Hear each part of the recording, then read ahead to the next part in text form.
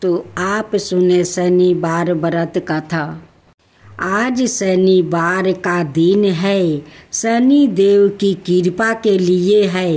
इस दिन शनि देव की पूजा करने से वो प्रसन्न होते हैं और भक्तों के कष्ट दूर करते हैं। जिनकी कुंडली में शनि दोष से शनि की 7.5 या चाढ़ा होती है, उनको शनिवार का व्रत करना चाहिए और शनिवार व्रत कथा पढ़नी चाहिए।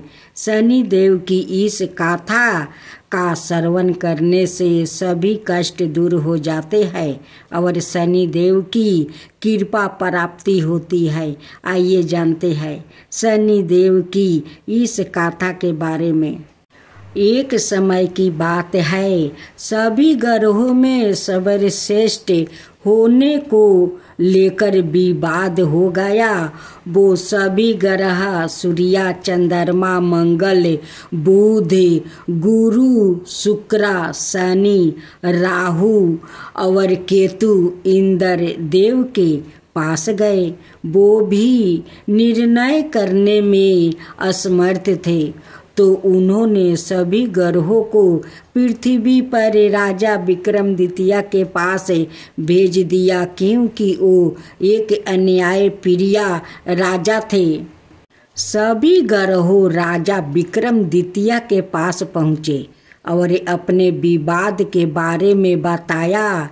राजा विक्रमादित्य ने सोच विचार के बाद 9 धातु स्वर्ण, रजत, कांसा, पीतल, सीसा, रंगा, जस्ता, अब्रक और लोहे से सिंहासन बनवाया और उनको कर्म से राख दिया। उन्होंने सभी ग्रहों से इस पर बैठने को कहा, साथ ही कहा कि जो सबसे बाद में बैठेगा वो सबसे छोटा ग्रह होगा।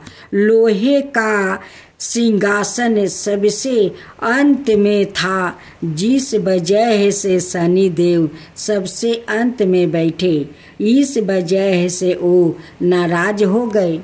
उन्होंने राजा विक्रमादित्य से कहा कि तुमने जानबूझकर ऐसा किया है। तुम जानते नहीं हो कि जब शनि की दशा आती है तो वो 2.5 से 7 साल तक होती है। शनि की दशा आने से बड़े व्यक्तित्व का विनाश हो जाता है। शनि की 7.5 आई तो राम को वनवास हुआ और रावण पर शनि की महादशा आई तो उसका सर्वनाश हो गया। अब तुम सावधान रहना। कुछ समय बाद राजा विक्रमादित्य पर शनि की महादशा शुरू हो गई। तब शनि देव घोड़ा का व्यापारी बनकर उनके राज्य में आया। राजा विक्रमादित्य को पता चला कि एक सौदागर अच्छे घोड़े लेकर आया है, तो उन्होंने उनको खरीदने का आदेश दिया। एक दिन राजा विक्रमादित्य उनमें से एक घोड़ा पर बैठे तो वो उनको लेकर जंगल में भाग गया और गायब हो गया।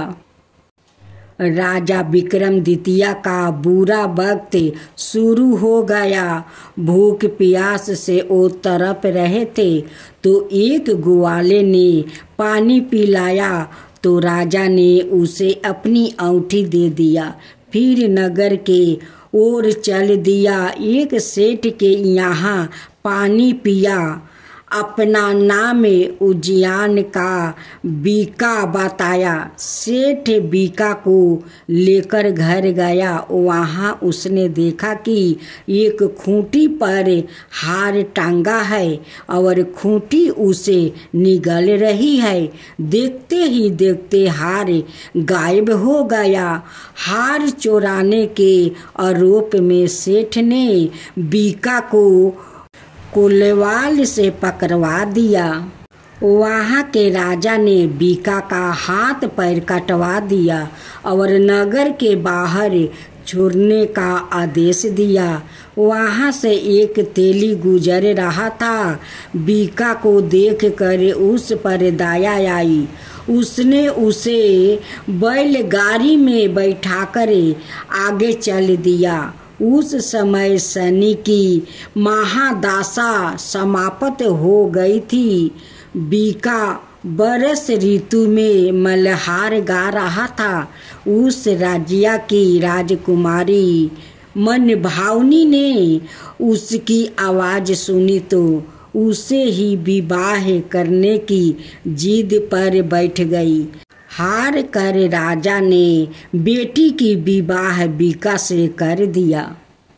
एक रात शनि देव ने बीका को सपने में दर्शन दिया और कहा कि तुमने मुझे छोटा कहने का परिणाम देख लिया है। तब राजा विक्रमादित्य ने शनि देव से क्षमा मांगी और कहा कि उनके जैसा दुख किसी को ना दे। तब शनि देव ने कहा कि जो उनकी गाथा का श्रवण करेगा और व्रत करेगा उसे शनि दशा में कोई दुख नहीं होगा। शनि देव ने राजा विक्रमादित्य के हाथ और पैर वापस कर दिया। जब सेठ को पता चला कि बीका तो राजा विक्रमादित्य है तो उसने उनका आदर सम्मान अपने घर पर किया और अपनी बेटी श्री कुंवारी से उनका विवाह कर दिया। इसके बाद राजा विक्रमादित्य अपनी 2 पत्नियों मनभावनी और श्री कुंवारी के साथ अपने राज्य लौट आए, जहाँ पर उनका स्वागत किया गया।